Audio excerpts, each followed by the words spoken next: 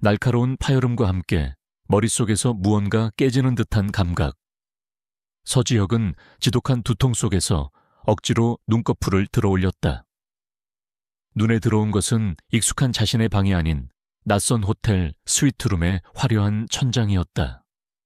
실크처럼 부드러운 시트의 감촉과 공기 중에 희미하게 떠다니는 낯선 와인 향기. 그의 모든 감각이 이곳이 자신의 공간이 아니라고 비명을 지르고 있었다. 지난밤의 기억은 토막난 필름처럼 단절되어 있었다. 화려한 자선 파티 끊임없이 오가던 샴페인 잔 그리고 누군가의 웃음소리. 그게 전부였다. 그는 통제력을 잃는 것을 병적으로 싫어하는 남자였다. 감정은 분석 대상이었고 실수는 용납할 수 없는 변수였다. 하지만 지금 그는 자신의 인생에서 가장 통제 불가능한 상황 한가운데 놓여 있었다. 바닥에는 그의 턱시도 재킷과 누구의 것인지 모를 우아한 이브닝 드레스가 뒤엉켜 있었다. 그리고 그의 옆자리 이불 아래에는 분명한 사람의 형체가 부드러운 곡선을 그리며 누워 있었다. 심장이 차갑게 가라앉았다. 그가 조용히 침대에서 빠져나가려던 순간 옆자리의 여자가 뒤척이며 잠에서 깨어났다. 길고 탐스러운 머리카락이 흩어지며 드러난 얼굴. 서지혁은 순간 숨을 멈췄다. 처음 보는 여자였지만 동시에 이상할 정도로 낯이 익었다. 여자는 천천히 눈을 떴다. 흐릿했던 그녀의 시야가 서서히 초점을 찾으며 눈앞의 남자를 인식하는 순간 그녀의 아름다운 눈동자가 경악으로 물들었다. 그것은 거울처럼 지금 자신의 표정을 그대로 비추고 있었다. 서지혁 씨. 여자의 입에서 그의 이름이 흘러나왔다. 그제야 그의 머릿속에서 모든 조각이 맞춰졌다. 윤채원, 세징그룹의 외동딸이자 국내 최고의 갤러리 라온의 관장, 그리고 무엇보다 그가 업계에서 가장 치열하게 경쟁하고 있는 태아그룹의 후계자 이태민의 여자라고 알려진 인물. 그들은 몇 번의 공식 석상에서 마주친 적이 있었다. 언제나 얼음처럼 차가운 예의와 날카로운 지성으로 그를 상대했던 여자였다. 두 사람은 마치 유령이라도 본 것처럼 서로를 바라보았다. 방 안의 공기가 얼어붙었다. 정적을 깬 것은 윤채원이었다. 그녀는 비명을 지르는 대신 재빨리 이불을 끌어당겨 자신의 몸을 가렸다. 이게 어떻게 된 일이죠? 그녀의 목소리는 충격으로 미세하게 떨리고 있었지만 그 안에는 상황을 파악하려는 냉철함이 깃들어 있었다. 서지혁 역시 마찬가지였다. 그는 혼란스러운 머리를 억지로 회전시키며 말했다. 나도 모르겠소. 나 역시 기억이 전혀 나지 않소. 그들의 대화는 서로를 향한 불신과 경계심으로 가득했다. 설마 당신이 일부러. 그런 말은 내가 하고 싶군. 당신이야말로 뭔가 다른 꿍꿍이가 있었던 것 아닌가. 하지만 그들의 날 선 비난은 곧 차가운 현실 인식 앞에서 힘을 잃었다. 이 일이 세상에 알려지는 순간 그들의 인생은 끝장이었다. 서지혁은 냉철한 아웃사이더로서 쌓아 올린 명성을 윤채원은 위태로운 집안을 지키기 위해 유지해온 평판을 모두 잃게 될 터였다. 그들은 암묵적인 동의에 서둘러 옷을 챙겨 입기 시작했다. 방 안에는 어색한 침묵과 옷자락이 스치는 소리만이 가득했다. 그들은 서로의 시선을 필사적으로 피했다. 하지만 그럴수록 서로의 존재는 더욱 강렬하게 느껴졌다. 그는 무심코 그녀의 드러난 어깨선을, 그녀는 그의 굳게 담은 입술을 훔쳐보았다. 어젯밤 무슨 일이 있었는지 전혀 기억나지 않았지만 그들의 몸은 서로를 기억하는 듯이 기묘한 긴장감에 휩싸였다. 옷을 다 입은 그들은 마지막으로 방 안을 점검했다. 혹시라도 두 사람을 연결시킬 증거가 남아있을까봐.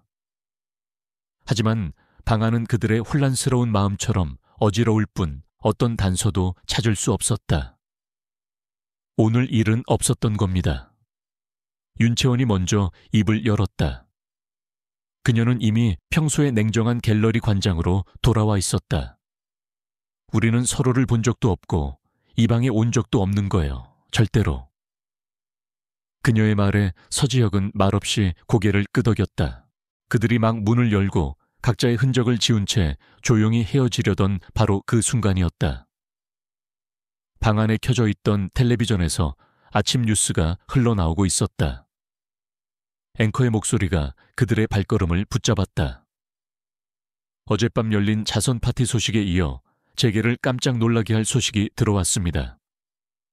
국내 굴지의 태하그룹 이태민 부회장과 세진그룹의 윤채원 관장이 곧 약혼을 발표할 예정이라고 합니다. 앵커의 말과 함께 화면에는 이태민의 오만한 얼굴과 바로 지금 그의 눈앞에 서 있는 윤채원의 우아한 얼굴이 나란히 떠올랐다. 세상이 멈추는 듯 했다. 서지혁은 화면과 윤채원의 얼굴을 번갈아 보았다. 그녀의 얼굴은 종이장처럼 하얗게 질려 있었다. 약혼. 그것도 자신의 숙적인 이태민과. 그렇다면 어젯밤의 일은 단순한 실수가 아니었다. 그것은 재앙이었다. 자신들의 의지와는 상관없이 이미 거대한 폭풍의 눈 속으로 빨려 들어와 버린 것이었다. 이게 어떻게 된 거죠? 서지혁이 굳은 목소리로 물었다. 그의 질문은 뉴스에 대한 것이기도 했고 그녀에 대한 것이기도 했다. 윤채원은 아무 대답도 하지 못했다. 그녀는 그저 텔레비전 화면을 망견자실하게 바라볼 뿐이었다. 이제 이 비밀은 더 이상 두 사람만의 것이 아니었다. 그것은 대한민국 재계를 뒤흔드는 가장 위험한 스캔들의 도화선이 되어버렸다. 그들은 서로의 눈을 바라보았다. 더 이상 하룻밤의 실수를 저지른 낯선 남녀가 아니었다. 그들은 공동의 파멸을 눈앞에 둔 위태로운 공범자들이었다.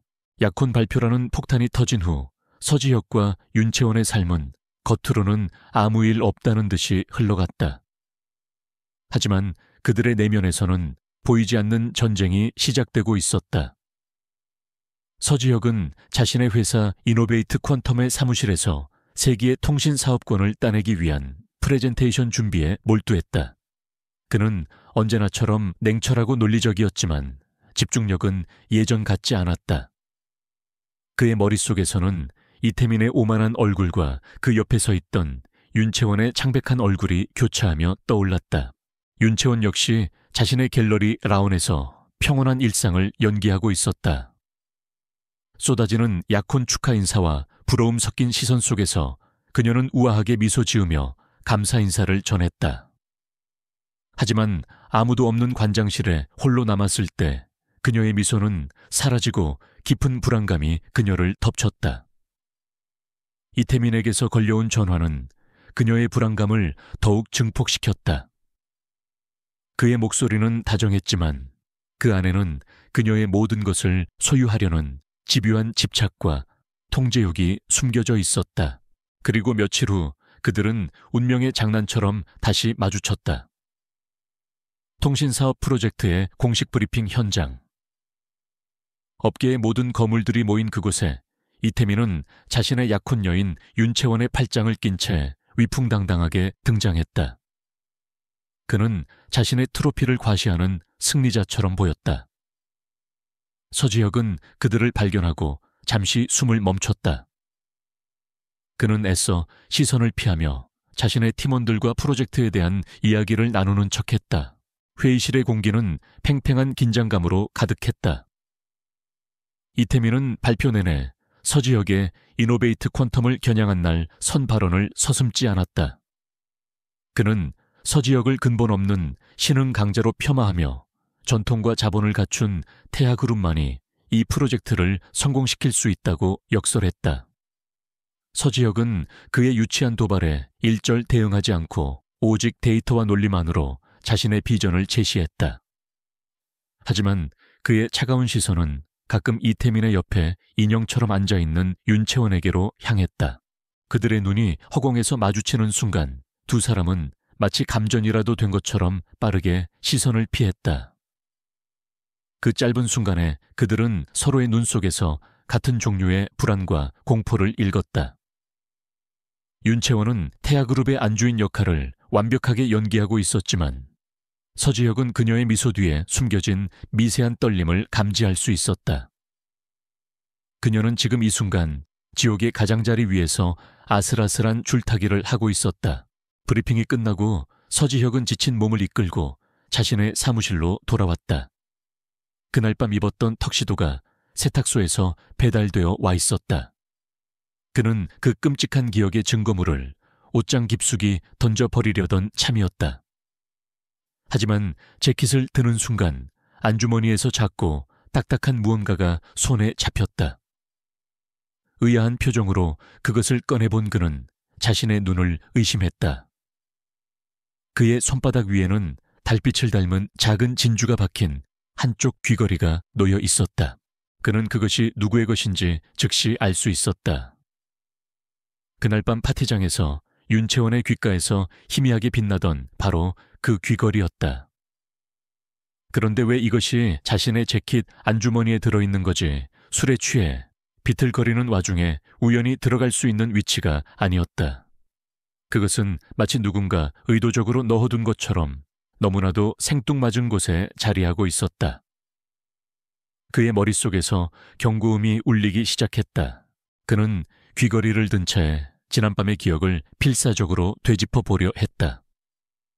파티 술 그리고 흐릿한 어둠 속에서 누군가 자신에게 다가와 술을 권하던 장면. 그 남자의 얼굴은 기억나지 않았지만 그의 손목에 있던 독특한 모양의 시계는 어렴풋이 기억났다. 그는 본능적으로 무언가 잘못되었음을 직감했다. 그날 밤은 단순한 술김의 실수가 아니었다. 그는 보이지 않는 손에 의해 조종당한 꼭두각시였을지도 모른다. 그의 눈빛이 차갑게 변했다. 그는 더 이상 이 문제를 묻어두고 도망칠 생각이 없었다. 이 귀걸이는 단순한 장신구가 아니었다. 그것은 그날 밤의 진실을 향한 유일한 열쇠였다. 그는 이 사건의 배후에 누가 있는지, 그리고 왜 자신과 윤채원이 타겟이 되었는지를 밝혀내야만 했다. 그것은 단순히 자신의 명예를 지키기 위함만이 아니었다. 그의 마음속 깊은 곳에서 위험에 처한 그녀를 이대로 내버려 둘 수 없다는 그 자신조차 이해할 수 없는 낯선 감정이 싹트고 있었다. 그는 귀걸이를 조심스럽게 책상 서랍 안에 넣었다. 통신 프로젝트와의 전쟁, 그리고 이태민과의 경쟁과는 별개로 이제 그는 또 다른 비밀스러운 전쟁을 시작해야만 했다. 잃어버린 밤의 조각들을 맞추고 폭풍의 진원지를 찾아내기 위한 외로운 싸움. 그는 창밖을 내다보았다. 거대한 빌딩 숲 너머로 태아그룹의 로고가 오만하게 빛나고 있었다. 그는 직감했다. 이 모든 길의 끝에는 결국 이태민이라는 거대한 벽이 서 있을 것이라고. 서지혁의 세계는 흙과 백논리와 데이터로 이루어져 있었다. 그는 예측 불가능한 변수를 싫어했고 통제할 수 없는 상황을 경멸했다. 윤채원이라는 존재는 그가 평생 동안 구축해온 이성적인 세계에 던져진 가장 혼란스러운 변수였다. 그는 더 이상 이 문제를 묻어둘 수 없었다. 그는 진실을 알아내야만 했다. 그는 자신의 회사 자원을 사용하는 대신 과거 국정원에서 일했던 경력이 있는 국내 최고의 사설 탐정을 고용했다. 흔적을 남기지 않는 완벽한 조사가 필요했다. 첫 번째 지시는 간단했다. 자선 파티에 참석했던 인물 중 이 시계를 찬 남자를 찾아주시오. 그는 기억을 더듬어 그날 밤 자신에게 유독 친근하게 굴며 술을 권했던 남자의 손목, 시계 모양을 그려 넘겼다. 그리고 두 번째 지시는 훨씬 더 중요했다. 윤채원 관장과 이태민 부회장, 두 사람의 관계에 대한 모든 것을 알아봐 주시오. 공식적인 발표가 아닌 진짜 모습을. 며칠 뒤 윤채원이 관장으로 있는 갤러리 라운에서 중요한 현대미술 전시회의 오프닝 파티가 열렸다. 재계와 정계, 그리고 문화계의 모든 거물들이 모이는 자리. 서지영 역시 초대를 받았고 그는 거절하지 않았다. 그곳은 가면을 쓴 채 서로를 탐색하는 완벽한 무대였고 그는 오늘 밤 관객이 될 생각이었다. 그는 파티장에 들어서자마자 스포트라이트의 중심에 서 있는 윤채원과 이태민을 발견했다. 카메라 앞에서 이태민은 세상에서 가장 자상한 약혼자를 연기하고 있었다. 그는 윤채원의 허리를 부드럽게 감싸고 그녀의 귓게 사랑스러운 말을 속삭였으며 그녀를 바라보는 그의 눈빛은 꿀처럼 달콤했다. 윤채원 역시 흠잡을 데 없는 우아한 미소로 화답하며 대한민국 모든 여성들의 부러움을 한 몸에 받는 완벽한 예비 신부의 모습을 보여주었다. 그들은 마치 동화 속에서 막 튀어나온 왕자와 공주처럼 보였다. 서지혁은 샴페인 잔을 든 채 멀리서 그 광경을 차갑게 지켜보았다. 그의 분석적인 두뇌는 그들의 완벽한 영희 속에서 미세한 불협화음을 찾아내고 있었다. 이태민의 미소는 입계만 머물렀고 그의 눈은 웃고 있지 않았다. 윤채원의 미소는 아름다웠지만 그 아래에는 깊은 피로와 긴장감이 숨겨져 있었다. 그는 그들이 연기하고 있다는 것을 알 수 있었다. 하지만 왜 기회는 생각보다 빨리 찾아왔다. 서지혁은 잠시 복잡한 파티장을 벗어나 갤러리 뒤편의 한적한 테라스로 향했다. 그리고 그곳에서 그는 방금 전까지 완벽한 연기를 펼치던 두 사람의 전혀 다른 모습을 목격하게 되었다. 아무도 보지 않는다고 생각했는지 이태민의 얼굴에서는 다정함이 거짓말처럼 사라져 있었다. 그는 윤채원의 팔을 거칠게 붙잡고 있었고 그의 목소리는 낮았지만 얼음처럼 차가웠다. 아까 서지혁 그 자식 앞에서 웃어 보인 건 무슨 뜻이지? 내 여자라는 걸 잊었어. 그의 목소리에는 노골적인 소유욕과 위협이 담겨 있었다. 윤채원은 그의 손을 뿌리치려 했지만 그의 힘을 이길 수는 없었다. 그녀의 얼굴에서 미소는 사라진 지 오래였다. 대신 그 자리에는 두려움과 그것을 애써 감추려는 차가운 분노가 자리 잡고 있었다. 비즈니스적인 미소였을 뿐이에요. 오해하지 말아요. 그녀의 대답에 이태민은 코웃음을 쳤다. 오해 명심의 윤채원. 나 아버지 회사가 아직까지 버티고 있는 건 누구 덕분인지. 서지혁은 기둥 뒤에 몸을 숨긴 채 모든 것을 지켜보고 있었다. 그의 주먹이 자신도 모르게 굳게 쥐어졌다. 그의 심장에서 뜨거운 무언가가 치밀어 올랐다. 그것은 분노였고 동시에 그가 아주 오랫동안 잊고 지냈던 감정, 바로 연민이었다. 그녀는 그의 라이벌의 약혼녀가 아니었다. 그녀는 황금세장에 갇힌 채 포식자의 눈치를 살피며 하루하루를 버티고 있는 희생양이었다. 그날 밤 그는 탐정으로부터 첫 번째 보고를 받았다. 그가 찾던 시계의 주인은 기업의 더러운 일을 처리하는 것으로 알려진 한 해결사였다. 그리고 그 해결사의 최근 행적은 놀랍게도 태아그룹의 자회사 한 곳과 연결되어 있었다. 두 번째 보고는 더욱 충격적이었다. 윤채원의 아버지 회사인 세증그룹은 사실상 파산 상태였고 태아그룹의 긴급 자금 지원으로 간신히 연명하고 있었다. 그들의 약혼은 사랑이 아니라 가족의 목숨을 담보로 한 인질극이었던 것이다. 이제 모든 것이 명확해졌다. 그는 거대한 퍼즐의 모든 조각들을 맞추었다. 그날 밤의 사건, 윤채원의 두려움, 그리고 이태민의 잔인함까지. 그는 더 이상 윤채원을 자신과 함께 공영에 빠진 공범자로 볼 수 없었다. 그녀는 이 거대한 음모의 또 다른 피해자였다. 그리고 어쩌면 자신보다 훨씬 더 깊은 수렁에 빠져있는. 그는 책상 서랍을 열어 그 안에 고이 보관해 두었던 진주 귀걸이를 꺼내 들었다. 그 작은 귀걸이가 이제는 전혀 다른 의미로 다가왔다. 그것은 더 이상 불미스러운 하룻밤의 증거가 아니었다. 그것은 그녀가 보내는 절박한 구조 신호처럼 느껴졌다. 그는 자신이 이 일에 끼어들어야 할 의무가 있는지를 스스로에게 물었다. 이성적으로는 모른 척하는 것이 가장 현명한 방법이었다. 하지만 그의 마음은 이미 다른 대답을 내리고 있었다. 그는 이 가면무도회를 끝내야만 했다. 설령 그 끝에 무엇이 기다리고 있든 서지혁은 더 이상 윤채원이 스스로 진실을 말해주기를 기다릴 수 없었다. 그는 그녀를 직접 만나야만 했다. 하지만 이태민의 감시망을 피하는 것은 쉽지 않았다.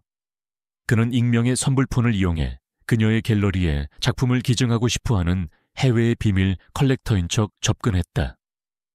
그리고는 오직 두 사람만이 알 수 있는 암호 같은 메시지를 남겼다. 잃어버린 귀걸이에 대해 논의하고 싶습니다. 약속 장소는 다음날 자정 폐쇄된 국립현대미술관의 한적한 조각공원이었다.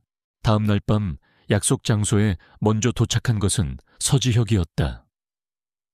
차가운 달빛 아래 거대한 금속 조각상들이 기괴한 그림자를 드리우고 있었다. 그는 윤채원이 오지 않을지도 모른다고 생각했다. 하지만 약속 시간이 되자 어둠 속에서 한 여자의 실루엣이 나타났다. 그녀는 트렌치코트로 몸을 감싸고 얼굴을 가리는 채 넓은 모자를 쓰고 있었다. 그녀의 모든 움직임에는 극도의 경계심이 묻어 있었다. 무슨 짓이죠? 서지혁 씨. 그녀가 먼저 입을 열었다. 그녀의 목소리는 날카로운 유리 조각처럼 밤 공기를 갈랐다. 그녀는 그가 자신을 협박하거나 이 비밀을 이용해 이태민을 공격하려는 것이라고 확신하고 있었다. 원하는 게 뭐예요? 돈 아니면 이 스캔들을 터뜨려서 통신 프로젝트를 손에 넣으려는 건가요? 어느 쪽이든 나는 상관없으니 나만 빼줘요. 그녀는 필사적으로 자신을 이 위험한 게임에서 분리시키려 했다. 서지혁은 그녀의 적개심에 찬 태도에 동요하지 않았다. 그는 침착하게 대답했다. 나는 당신을 협박하러 온 게 아니오. 윤채원 씨. 진실을 알려주러 온 거지. 그는 자신이 지금까지 알아낸 모든 것을 그녀 앞에 펼쳐놓았다. 그날 밤 술에 취해 있던 것이 두 사람뿐만이 아니었다는 사실, 의문의 웨이터와 그 배후에 있는 해결사의 존재, 그리고 이 모든 것이 태아그룹의 자회사와 연결되어 있다는 점까지 그의 논리 정연한 설명에 윤채원의 흔들리지 않을 것 같았던 방어벽이 조금씩 무너지기 시작했다. 그녀는 그가 거짓말을 하고 있다고 믿고 싶었지만 그가 제시하는 증거들은 너무나도 구체적이었다. 왜 내게 이런 이야기를 하는 거죠? 그녀의 목소리가 미세하게 떨렸다. 그녀는 그의 의도를 알 수 없었다. 저기였던 남자가 왜 갑자기 자신을 도우려는 듯이 구는 것인지. 그날 밤은 사고가 아니었어. 우리 둘 다 누군가 파놓은 함정에 빠진 거요. 서지혁이 결정적인 한마디를 던졌다. 그는 그녀의 눈을 똑바로 쳐다보며 말했다. 그리고 나는 당신과 이태민 부회장의 약혼이 사랑이 아닌 거래라는 것도 알고 있어. 세진그룹을 살리기 위한. 그의 그 말에 윤채원은 마치 가면이 벗겨진 것처럼 완전히 무너져 내렸다. 그녀의 눈에 그렁그렁 맺혀있던 눈물이 마침내 뺨을 타고 흘러내렸다. 그녀는 더 이상 아무것도 숨길 수 없었다. 병든 아버지를 위해 그리고 평생을 바친 회사를 지키기 위해 그녀는 이태민과의 계약 결혼을 받아들일 수밖에 없었다. 그녀는 자신의 삶을 제물로 바쳐 가족을 지키려 했던 것이다. 그녀는 이태민의 집착과 폭력적인 성향을 모두 알고 있었지만 다른 선택지가 없었다. 그녀는 모든 것을 체념한 채 자신의 운명을 받아들이려던 참이었다. 그러니 제발, 그녀가 흐느끼며 애원했다. 모든 걸 그냥 잊어주세요. 그날 밤 일도 당신이 알아낸 것도 전부다. 만약 이태민 씨가 우리가 만났다는 사실을, 당신이 이 모든 것을 알고 있다는 사실을 알게 된다면 그는 모든 것을 파괴할 거예요. 우리 아버지도 회사도 그리고 당신까지도. 그는 그런 사람이에요. 그녀의 경고는 진심이었다. 그것은 자신을 구해달라는 외침이 아니라 더 큰 파국을 막기 위한 절박한 애원이었다. 서지혁은 그녀의 눈물을 묵묵히 바라보았다. 그는 이제 거대한 그림의 모든 조각을 맞추었다. 그녀는 이 비극의 공범자가 아니라 가장 깊은 곳에서 고통받고 있는 또 다른 희생자였다. 그녀의 경고는 그를 두렵게 만들지 않았다. 오히려 그의 마음속에 남아있던 마지막 망설임을 사라지게 만들었다. 그는 더 이상 이 문제에서 한 발짝 뒤로 물러설 수 없었다. 그것은 더 이상 비즈니스가 아니었다. 그것은 한 인간의 존엄성에 대한 문제였다. 그는 그녀에게 다가가 자신의 재킷을 벗어 그녀의 떨리는 어깨에 덮어주었다. 두려움 속에서 살 자격이 있는 사람은 아무도 없소, 윤채원 씨. 그의 목소리는 낮았지만 그 안에는 강철 같은 의지가 담겨 있었다. 그는 그녀를 혼자 두지 않겠다고 약속하지 않았다. 대신 그는 그녀에게 보여주었다. 그녀가 더 이상 혼자가 아니라는 것을. 그날 밤 어두운 조각공원에서 두 명의 적은 처음으로 같은 방향을 바라보고 있었다. 그들 앞에는 예측할 수 없는 위험이 도사리고 있었지만 그들은 더 이상 서로에게 총구를 겨누지 않았다. 조각공원에서의 밤 이후 서지혁의 세계는 이전과 완전히 달라졌다. 윤채원의 절박한 경고는 그의 머릿속에서 경고음처럼 울려 퍼졌고 그녀의 눈물은 그의 차가운 이성에 지워지지 않는 얼룩을 남겼다. 그는 더 이상 이 문제를 단순한 스캔들이나 비즈니스 경쟁의 연장선으로 볼 수 없었다. 이것은 생존의 문제였고 보이지 않는 적과의 목숨을 건 전쟁이었다. 그는 탐정에게 새로운 지시를 내렸다. 이제부터 타겟은 이태민이 아니오. 그날 밤 우리에게 술을 가져왔던 그 웨이터, 그리고 그를 고용한 해결사, 그들의 배후를 캐시오. 돈에 출처 통화 기록 사소한 것 하나까지 전부. 탐정의 조사는 빠르고 은밀했다. 며칠 후 첫 번째 보고가 올라왔다. 그날 밤 파티에 모든 VIP에게는 최고급 샴페인이 제공되었지만 유독 서지혁과 윤채원 두 사람에게만 별도로 서빙된 와인이 있었다는 사실이 밝혀졌다. 호텔 바의 기록에도 없는 외부에서 특별히 반입된 최고급 로만의 콩티. 그리고 그 와인을 마신 직후부터 두 사람의 행동이 눈에 띄게 흐트러졌다는 여러 스태프들의 증언이 확보되었다. 서지혁은 즉시 자신이 아는 최고의 약물 분석 전문가에게 연락했다. 그는 탐정을 통해 호텔에서 폐기된 와인병을 몰래 수거했고 병에 남아있던 미세한 잔여물에 대한 성분 분석을 의뢰했다. 결과는 며칠 뒤에 나왔고 그의 최악의 예감을 확인시켜 주었다. 와인에는 미량의 GHB 속칭 물뽕으로 알려진 약물이 섞여 있었다. 단기 기억 상실과 판단력 저하를 유발하지만 몇 시간 안에 체내에서 완벽하게 분해되어 거의 흔적을 남기지 않는 악명 높은 약물이었다. 그날 밤은 사고가 아니었다. 완벽하게 계획된 범죄였다. 누군가가 의도적으로 그와 윤채원을 약물에 취하게 만들어 돌이킬 수 없는 실수를 저지르도록 유도한 것이었다.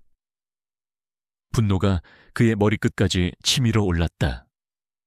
그는 자신이 거대한 인형극의 주인공이 되었다는 사실에 참을 수 없는 모욕감을 느꼈다.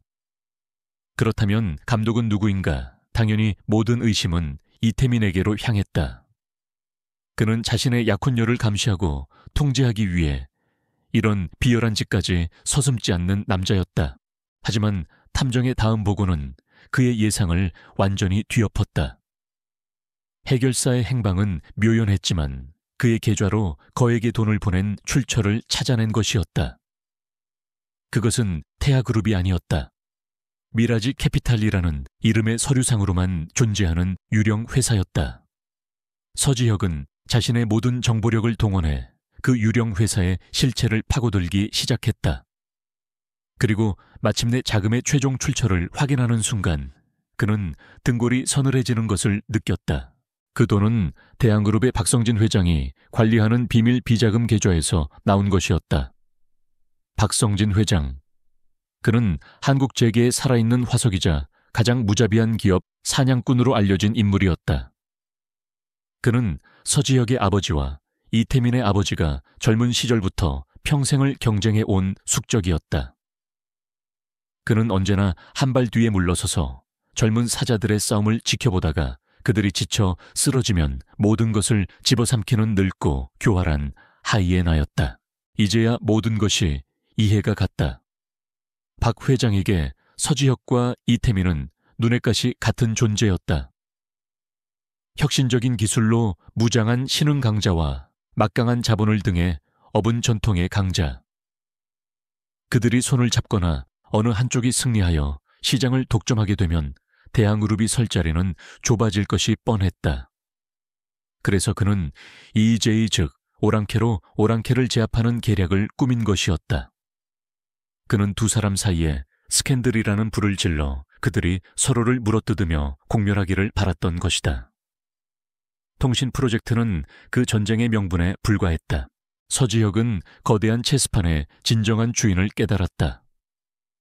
그는 이태민보다 훨씬 더 교활하고 위험한 적과 마주하고 있었다.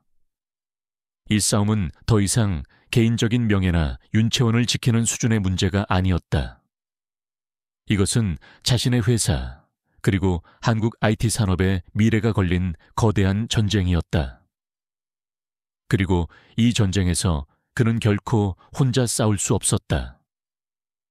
그에게는 동맹이 필요했다. 자신만큼이나 이 전쟁에서 모든 것을 잃을 수 있는 유일한 동맹. 그는 다시 한번 윤채원에게 연락했다. 이번에는 암호 같은 메시지가 아니었다. 그는 그녀의 갤러리 앞으로 직접 찾아갔다. 퇴근하던 그녀는 차갑게 주차된 그의 차를 보고 걸음을 멈췄다. 그녀의 눈에는 왜 또 왔느냐는 경계심이 가득했다. 서지혁은 차에서 내려 그녀에게 다가가 서류 봉투 하나를 내밀었다. 그 안에는 약물 분석 보고서와 박성진 회장의 비자금 흐름을 증명하는 자료들이 들어있었다. 우리의 적은 이태민이 아니었소. 그가 말했다. 우리는 더 거대한 괴물과 싸우고 있었던 거요. 윤채원은 서지혁이 건넨 서류 봉투를 들고 자신의 차로 돌아왔다. 그녀는 차에 타자마자 떨리는 손으로 봉투를 열어 그 안의 내용물을 확인했다. 약물 분석 보고서 그리고 대항그룹 박성진 회장의 이름이 선명하게 찍힌 자금 흐름도. 그녀의 머릿속이 거대한 망치로 맞은 것처럼 멍해졌다. 그녀가 지금까지 두려워했던 것은 고작 우리 안의 늑대일 뿐이었다. 진짜 포식자는 숲 전체를 지배하는 늙고 교활한 호랑이였던 것이다. 이태민의 집착과 통제는 분명 그녀를 불행하게 만들었다. 하지만 박성진 회장의 음모는 그녀의 불행을 넘어 그녀의 가족과 회사, 그리고 그녀와 관련된 모든 것을 파멸시킬 수 있는 거대한 재앙이었다.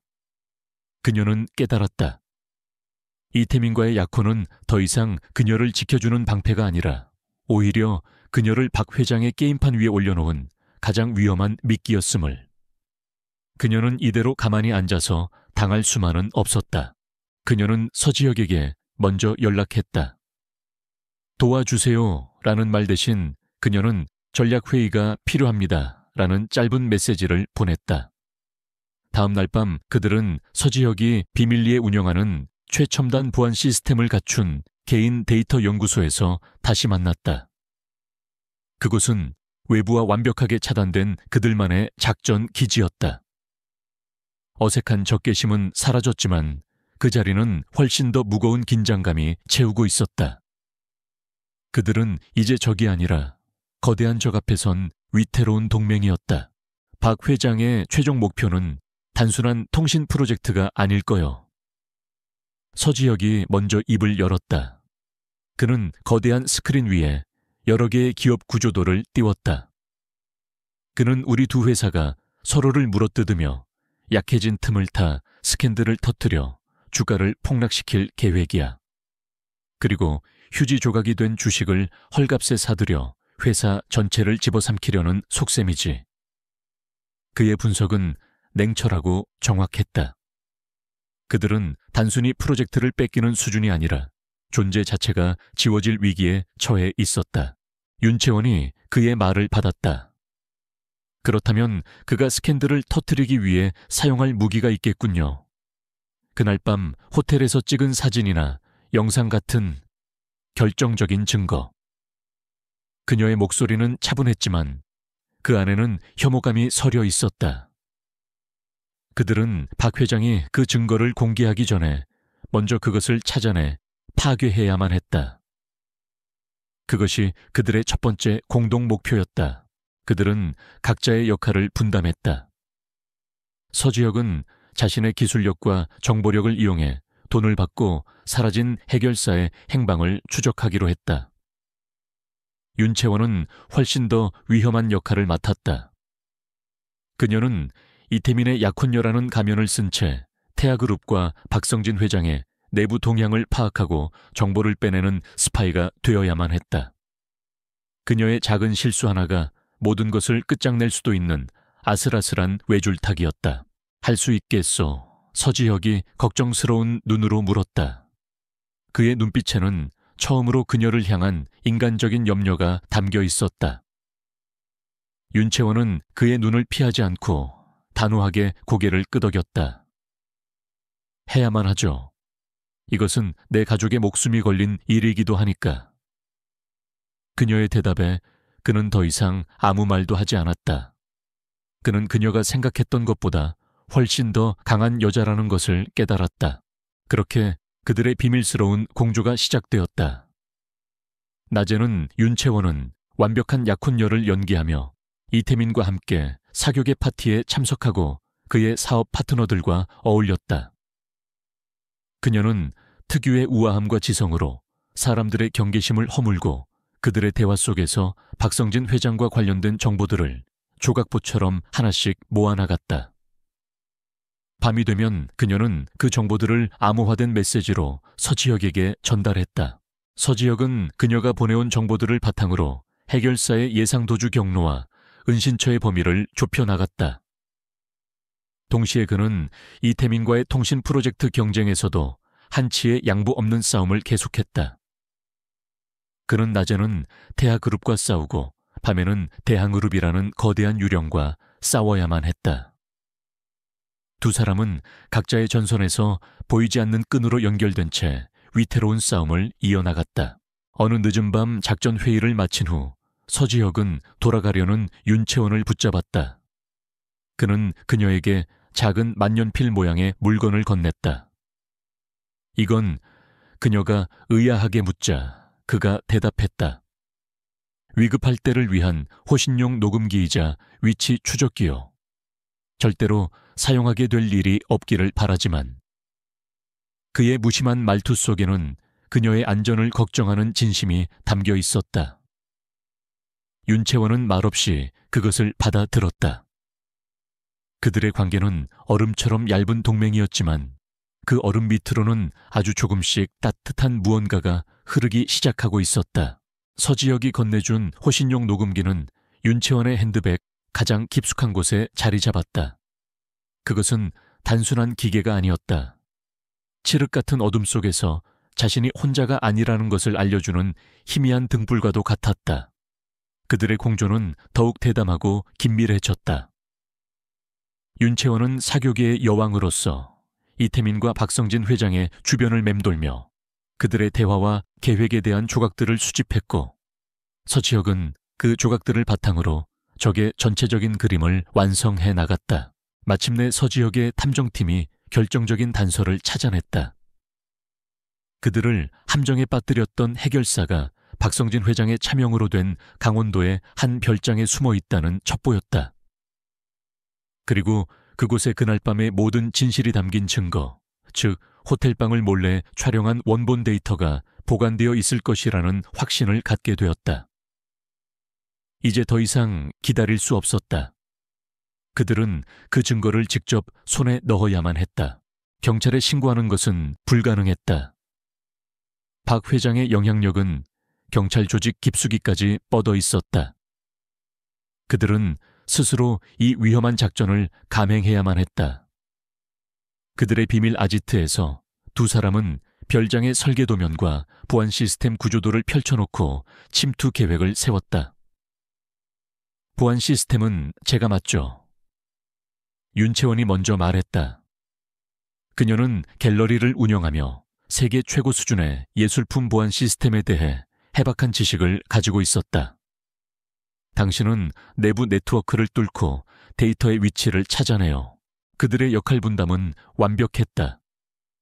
그들은 더 이상 서로의 능력을 의심하지 않았다.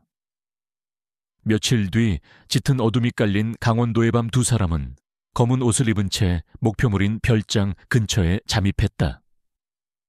서지혁은 차량에 남아 해킹 장비를 원격으로 조종했고 윤채원은 훈련받은 특수요원처럼 능숙하게 담을 넘어 별장 내부로 침투했다. 이어피스를 통해 서지혁의 낮고 차분한 목소리가 그녀의 움직임을 안내했다. 3시 방향 저구에선 감지기. 10초 후에 꺼지오. 그의 지시에 따라 그녀는 그림자처럼 움직여 감지기를 통과했다. 내부로 진입한 그녀는 서재로 향했다. 그들의 목표는 서재 안의 중앙 컴퓨터에 저장된 데이터였다.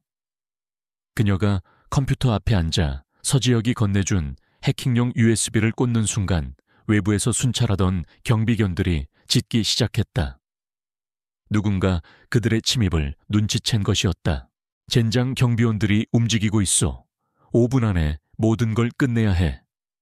이어피스 너머로 서지혁의 다급한 목소리가 들려왔다. 윤채원은 당황하지 않았다. 그녀는 침착하게 주변을 둘러보다가 서재 한쪽에 있던 오디오 시스템의 전원을 켰다. 별장 전체에 클래식 음악이 크게 울려 퍼지며 경비원들의 주의를 다른 곳으로 돌렸다. 그녀의 기지 덕분에 서지혁은 데이터를 다운로드할 수 있는 귀중한 시간을 벌 수 있었다. 마침내 데이터 다운로드가 완료되고 그녀는 하드 드라이브 원본까지 챙겨 별장을 빠져나왔다. 하지만 그들이 차를 타고 도망치려는 순간 뒤에서 여러 대의 검은색 차량이 헤드라이트를 켜며 그들을 쫓아오기 시작했다. 어두운 산길 위에서 목숨을 건 추격전이 벌어졌다. 서지혁은 고개에 가까운 운전 실력으로 차를 몰았고 윤채원은 옆에서 침착하게 지도를 보며 가장 빠른 탈출로를 찾아냈다. 함께 죽음의 문턱을 넘나드는 그 순간 그들은 서로의 존재를 그 어느 때보다 강렬하게 의식했다. 몇 시간의 추격전 끝에 그들은 마침내 적들을 따돌리고 무사히 서울로 돌아올 수 있었다. 아지트로 돌아온 두 사람은 거친 숨을 몰아쉬며 바닥에 주저앉았다. 아드레날린이 온몸을 휘감았고 함께 위험을 극복했다는 기묘한 유대감이 그들 사이에 흘렀다. 서지혁은 그녀의 팔에 난 작은 생채기를 발견하고 자신도 모르게 손을 뻗어 상처를 어루만졌다. 그의 갑작스러운 행동에 윤채원의 심장이 거세게 뛰기 시작했다. 그들의 시선이 허공에서 얽혔고 그 순간만큼은 그들은 적도 동맹도 아니었다. 한편 그 시각 이태민은 자신의 약혼녀가 전화를 받지 않는다는 사실에 분노하고 있었다. 그는 윤채원의 차를 비밀리에 추적하고 있었고 그녀의 차가 밤늦게 강원도 부근에서 포착되었다는 보고를 받았다. 그리고 공교롭게도 그 근방에서 서지혁의 차 역시 목격되었다는 정보가 함께 올라왔다. 그의 눈에 살인적인 질투와 의심의 불꽃이 타올랐다. 그는 두 사람이 자신 몰래 무언가를 꾸미고 있음을 직감했다. 아지트에서 서지혁과 윤채원은 그들이 목숨을 걸고 가져온 데이터를 확인했다. 그 안에는 예상대로 그날 밤 호텔에서 찍힌 사진들과 박성진 회장이 해결색에 내린 지시가 담긴 음성 파일까지 들어있었다. 이제 그들은 적의 심장을 겨눌 수 있는 가장 강력한 무기를 손에 넣었다. 하지만 그들은 동시에 그들 사이에 피어나는 위험한 감정과 등 뒤에서 서서히 조여오는 이태민의 의심이라는 또 다른 위협과도 마주해야만 했다. 목숨을 걸고 손에 넣은 증거는 그들의 예상보다 훨씬 더 악랄했다. 하드 드라이브 안에는 그날 밤 호텔방에서 찍힌 여러 장의 사진들이 들어있었다. 약에 취해 정신을 잃은 두 사람을 마치 연인처럼 보이도록 교묘하게 연출하여 찍은 사진들이었다. 그리고 함께 발견된 음성 파일에는 박성진 회장이 해결색에 두 젊은 놈들 사이에 절대 회복할 수 없는 불신의 씨앗을 심으라고 지시하는 내용이 똑똑히 녹음되어 있었다. 이제 적의 계획은 명확해졌다. 박 회장은 통신 프로젝트의 최종 프레젠테이션 날 이 사진들을 터뜨려 서지혁과 윤채원을 동시에 사회적으로 매장시킬 계획이었다. 이태민의 약혼녀와 노란한 파렴치한 CEO, 그리고 자신의 약혼자를 배신한 부도덕한 여자. 그 프레임 안에서 두 사람은 결코 빠져나올 수 없을 터였다. 그리고 두 회사가 스캔들로 휘청거리는 사이 대한그룹이 프로젝트를 손쉽게 차지한다는 완벽한 시나리오였다. 이 증거를 파기하는 것만으로는 부족하오. 서지혁이 먼저 입을 열었다. 그의 눈은 분노로 차갑게 빛나고 있었다. 그는 또 다른 방법을 찾아낼 거요. 늙은 뱀의 목을 자르기 전까지는 이 싸움은 끝나지 않아. 그의 말에 윤채원이 고개를 끄덕였다. 그녀의 얼굴에도 더 이상 두려움은 없었다. 대신 모든 것을 걸고 싸우기로 결심한 자의 단호함이 서려 있었다. 그렇다면 그가 파놓은 함정을 그대로 역이용하죠. 사냥꾼을 위한 덫을 놓는 거예요. 그들의 마지막 작전은 그렇게 시작되었다. 그것은 지금까지와는 차원이 다른 훨씬 더 위험하고 대담한 계획이었다. 그들은 박 회장이 자신의 계획이 완벽하게 성공하고 있다고 믿게 만들어야 했다. 그러기 위해서는 그들의 동맹이 완전히 깨졌다는 것을, 그리고 그들이 서로를 증오하며 파멸 직전에 이르렀다는 것을 보여주어야만 했다. 그들은 이제 적뿐만 아니라 세상 모두를 상대로 한 거대한 연극을 시작해야 했다. 연극의 첫 번째 관객은 이태민이었다. 윤채원은 며칠 뒤 이태민을 찾아가 눈물을 흘리며 모든 것을 고백했다. 물론 철저히 각색된 진실이었다. 그녀는 서지혁이 그날 밤의 일을 빌미로 자신을 협박하고 있으며 통신 프로젝트에서 손을 떼지 않으면 모든 것을 폭로하겠다고 위협했다고 말했다. 그녀는 겁에 질린 약혼녀를 완벽하게 연기하며 이태민에게 도움을 청했다. 그녀의 영위는 성공적이었다. 이태민은 질투와 분노에 휩싸여 이성을 잃었다. 그는 자신의 약혼녀를 건드린 서지혁을 절대로 용서할 수 없었다. 그는 즉시 태아그룹의 모든 힘을 동원해 이노베이트 퀀텀을 공격하기 시작했다. 주가를 조작하고 핵심 인력을 빼내고 부정적인 여론을 형성했다. 서지혁은 속수무책으로 당하는 것처럼 보였다. 두 젊은 사자의 싸움은 파국으로 치닫는 듯했고 박성진 회장은 자신의 집무실에서 그 광경을 만족스럽게 지켜보고 있었다. 박 회장은 자신의 계획이 마무리 단계에 이르렀다고 확신했다.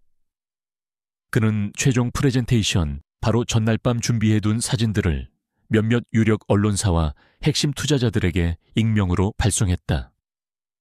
다음날 아침 모든 것이 터져 나올 것이었다. 그는 서지혁과 이태민 두 젊은 경쟁자가 서로를 물어뜯다 함께 침몰하고 자신은 그 폐허 위에서 유유히 승리의 깃발을 꽂게 될 것이라고 믿어 의심치 않았다.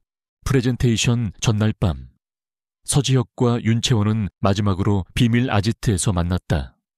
모든 준비는 끝났다. 내일이면 그들의 운명이 결정될 것이었다. 방 안에는 무거운 침묵이 흘렀다. 그들은 말없이 서로를 바라보았다. 지난 몇 주간 그들은 죽음의 문턱을 함께 넘나들었고 서로의 가장 깊은 상처를 보았으며 서로의 등을 지켜주는 유일한 존재가 되었다. 그들의 눈빛 속에는 더 이상 적개심이 아닌 말로 표현할 수 없는 깊은 신뢰와 연대가 담겨 있었다. 무섭지 않소? 서지혁이 조용히 물었다. 만약 내일의 계획이 실패한다면 그들은 모든 것을 잃게 될 터였다. 윤채원은 희미하게 미소 지으며 대답했다. 당신과 함께라면 무섭지 않아요. 그녀의 대답에 서지혁은 손을 뻗어 그녀의 손을 부드럽게 감싸 쥐었다. 그의 손은 따뜻하고 단단했다. 그들은 더 이상 아무 말도 하지 않았다. 하지만 그 침묵 속에서 그들은 서로의 마음을 그 어느 때보다 선명하게 느끼고 있었다. 다음 날 아침 운명의 날이 밝았다. 서지혁은 거울 앞에서 넥타이를 매며 자신의 눈 속에 비친 차가운 결의를 보았다. 같은 시각 윤채원은 약혼녀의 드레스를 입고 화려한 화장을 하며 마치 전쟁터에 나서는 여전사처럼 자신의 얼굴에 가면을 썼다. 그들은 이제 각자의 무대를 향해 마지막 전투를 위해 걸어 나갔다. 그들은 더 이상 사냥감이 아니었다. 그들은 사냥꾼의 숨통을 끊기 위해 완벽한 덫을 놓고 기다리는 또 다른 사냥꾼이었다. 운명의 날 아침 태양은 평소와 다름없이 떠올랐지만 세상은 이미 뒤집혀 있었다. 박성진 회장이 계획한 대로 그가 흘린 사진들은 밤사이에 인터넷을 통해 전염병처럼 퍼져나갔다. 이노베이트 퀀텀, 서지혁 대표 라이벌 태아그룹 약혼녀와 밀회, 재계를 뒤흔들 치정 스캔들 통신 프로젝트의 향방은 자극적인 헤드라인들이 모든 포털 사이트에 메인을 장식했다. 최종 프레젠테이션이 열릴 컨벤션 센터 앞은 이른 아침부터 수백 명의 기자들로 인산인해를 이루었다. 서지혁과 윤채원은 약속한 대로 각자 다른 시간에 굳은 표정으로 현장에 도착했다. 쏟아지는 플래시 세례와 날카로운 질문들 속에서 그들은 아무 말도 하지 않고 묵묵히 걸었다. 그들의 침묵은 세상 사람들에게 유죄의 증거처럼 보였다. 프레젠테이션이 열릴 대강당 안의 공기는 살얼음판처럼 차가웠다. 투자자들은 수군거렸고 경쟁사들은 고소하다는 듯한 표정을 감추지 않았다. 가장 앞자리에는 얼굴이 분노로 시뻘겋게 달아오른 이태민이 앉아 있었다. 그는 금방이라도 뛰쳐나가 서지혁의 멱살을 잡을 것처럼 보였다. 그의 옆에는 대항그룹의 박성진 회장이 걱정스럽다는 위선적인 표정을 지은 채 앉아 있었다. 그는 자신의 완벽한 시나리오가 절정을 향해 치닫고 있다는 사실에 내심 희열을 느끼고 있었다. 모든 것이 그의 계획대로였다. 마침내 프레젠테이션이 시작되고 서지혁의 차례가 되었다. 그가 연단으로 걸어 나가자 장내의 모든 소음이 거짓말처럼 멎었다. 모두가 그의 입을 주목했다. 그가 이 스캔들에 대해 어떤 변명을 늘어놓을지. 하지만 그는 프로젝트 계획서를 펼치지 않았다. 대신 그는 정면에 대형 스크린을 가리키며 입을 열었다. 그의 목소리는 놀라울 정도로 차분하고 단호했다. 발표를 시작하기에 앞서 오늘 아침부터 모두의 관심을 받고 있는 이 사진들에 대해 먼저 이야기해야겠습니다. 그의 말과 함께 스크린 위에는 인터넷을 뜨겁게 달군 바로 그 사진들이 나타났다. 장내가 다시 술렁이기 시작했다. 이 사진들은 진짜입니다. 서지혁의 충격적인 인정에 사람들은 경악을 금치 못했다. 이태민의 얼굴은 이제 분노를 넘어 살에마저 내비치고 있었다. 하지만 이것은 밀회의 증거가 아닙니다. 이것은 오늘 이 자리에 계신 한 분이 저지른 추악한 범죄의 증거입니다. 그가 신호를 보내자 스피커를 통해 날카로운 기계음과 함께 음성 파일 하나가 재생되기 시작했다. 두 젊은 놈들 사이에 절대 회복할 수 없는 불신의 씨앗을 심어라. 장내에 울려 퍼진 것은 바로 박성진 회장의 목소리였다. 모든 소음이 멎고 대강당 안에는 완전한 정적이 흘렀다. 사람들은 믿을 수 없다는 표정으로 박 회장과 스크린을 번갈아 보았다. 박 회장의 얼굴은 새하얗게 질려 있었다. 바로 그때 윤채원이 자리에서 일어나 연단으로 걸어 나갔다. 그녀는 서지혁의 옆에 나란히 서서 마이크를 잡았다. 모든 것은 박성진 회장이 꾸민 함정이었습니다. 그는 저희 두 사람에게 약물을 사용했고 이 사진들을 조작했으며 저희가 서로를 불신하고 싸우게 만들어 공멸시키려 했습니다. 그녀는 더 이상 두려워하지 않았다. 그녀는 자신과 서지혁이 함께 수집한 모든 증거들, 해결사와의 거래 내역 차명 회사를 통한 자금 세탁 기록까지 모든 것을 스크린 위에 띄우며 진실을 폭로했다. 그들의 폭로는 한 편의 첩보 영화와도 같았다. 그들은 어떻게 박 회장의 음모를 알게 되었는지, 그리고 그 진실을 밝히기 위해 어떻게 적과의 위태로운 동맹을 맺고 싸워왔는지를 담담하게 설명했다. 이제 그들은 파렴치한 불륜 남녀가 아니었다. 거대한 악에 맞서 싸운 용감한 전사들이었다. 모든 시선이 박성진 회장에게 쏠렸다. 그는 자리에서 일어나 무언가 변명하려 했지만 그의 입에서는 어떤 소리도 나오지 않았다. 상황이 완전히 역전되는 순간 대강당의 뒷문이 열리고 검찰 수사관들이 들이닥쳤다. 그들은 곧장 박성진 회장에게 다가가 그의 팔에 차가운 수갑을 채웠다. 그가 발악하며 끌려나가는 동안 기자들의 카메라 플래시는 쉴 틈 없이 터져나왔다. 한 시대의 거물로 군림했던 늙은 하이에나의 시대가 가장 화려한 무대 위에서 가장 치욕스러운 방식으로 막을 내리고 있었다. 모든 혼란의 중심에서 이태민은 굳은 차에 앉아 있었다. 그는 이 모든 상황을 이해할 수 없었다. 그는 자신이 분노와 질투에 눈이 멀어 거대한 음모의 장기말로 이용당했다는 사실을 깨달았다. 그리고 무엇보다 자신이 그토록 경멸했던 두 사람이 사실은 자신을 포함한 모두를 구하기 위해 함께 싸우고 있었다는 사실을. 그의 자존심은 산산조각 났다. 그는 자신의 약혼녀였던 윤채원과 그녀의 옆에 서 있는 서지혁을 망견자실하게 바라볼 뿐이었다. 연단 위 서지혁과 윤채원은 서로를 마주보았다.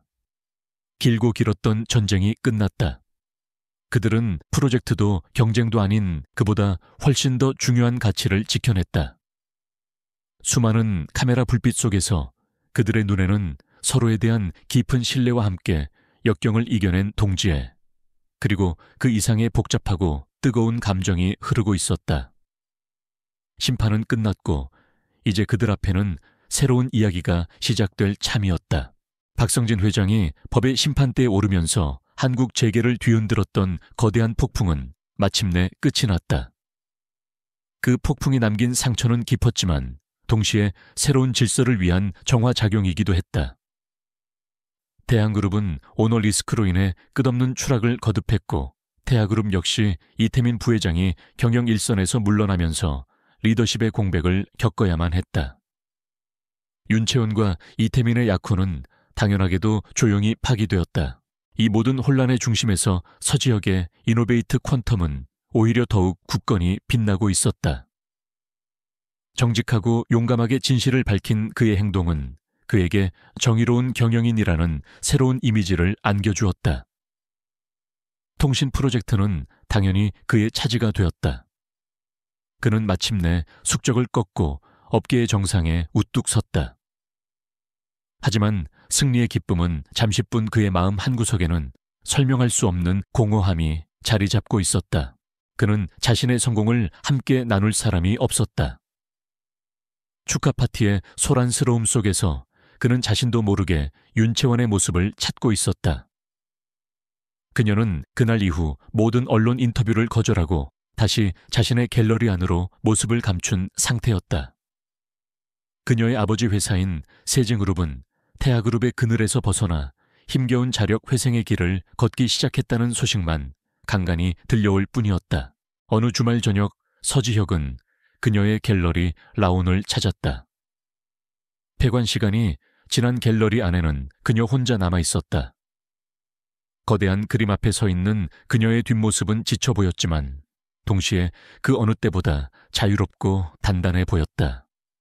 그의 기척을 느낀 그녀가 돌아보았다. 그들의 시선이 마주쳤다. 더 이상 그들의 눈빛에는 경계심도 적개심도 어색함도 없었다. 오직 함께 폭풍을 건너온 사람들만이 나눌 수 있는 깊은 이해와 편안함만이 존재했다. 축하해요. 윤채원이 먼저 입을 열었다. 그녀의 미소는 진심이었다. 결국 당신이 이겼네요. 서지혁은 고개를 저었다. 아니, 우리가 이겼소. 그는 그녀에게 다가가 그녀가 보고 있던 그림 옆에 섰다. 당신이 없었다면 나 혼자서는 절대로 해내지 못했을 거요. 이 승리는 당신의 것이기도 하오. 그의 말에 그녀의 눈시울이 살짝 붉어졌다. 그들은 한참 동안 말없이 함께 그림을 감상했다. 더 이상 위험한 비밀이나 복잡한 전략에 대해 이야기할 필요가 없었다. 그들은 평범한 남자와 여자로서 서로의 생각과 감상을 나누었다. 서지혁은 처음으로 그녀가 얼마나 깊고 따뜻한 내면을 가진 사람인지를 알게 되었고, 그녀 역시 그의 냉철한 가면 뒤에 숨겨진 인간적인 고뇌와 열정을 보게 되었다.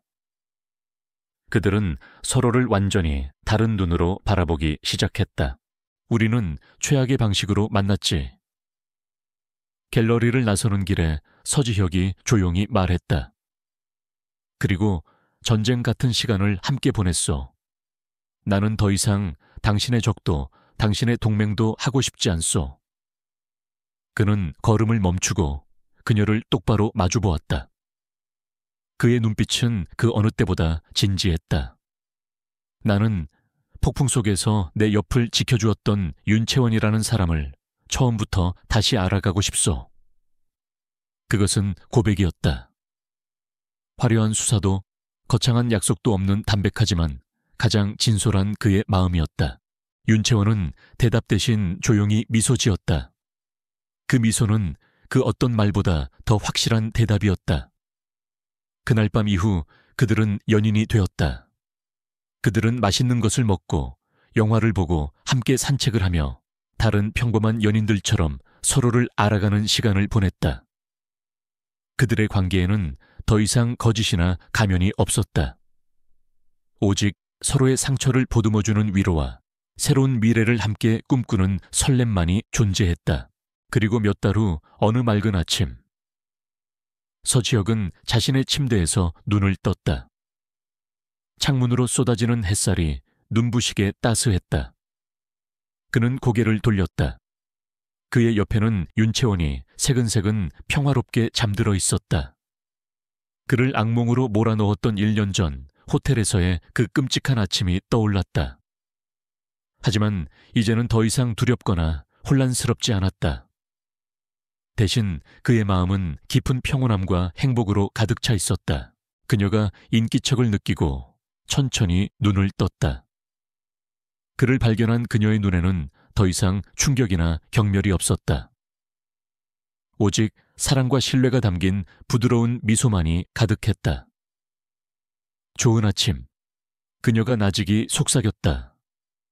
좋은 아침. 그가 대답하며 그녀의 이마에 부드럽게 입을 맞췄다. 지독했던 폭풍의 밤은 끝났다. 그리고 이제 그들 앞에는 함께 만들어갈 눈부신 아침이, 새로운 세상이 펼쳐져 있었다.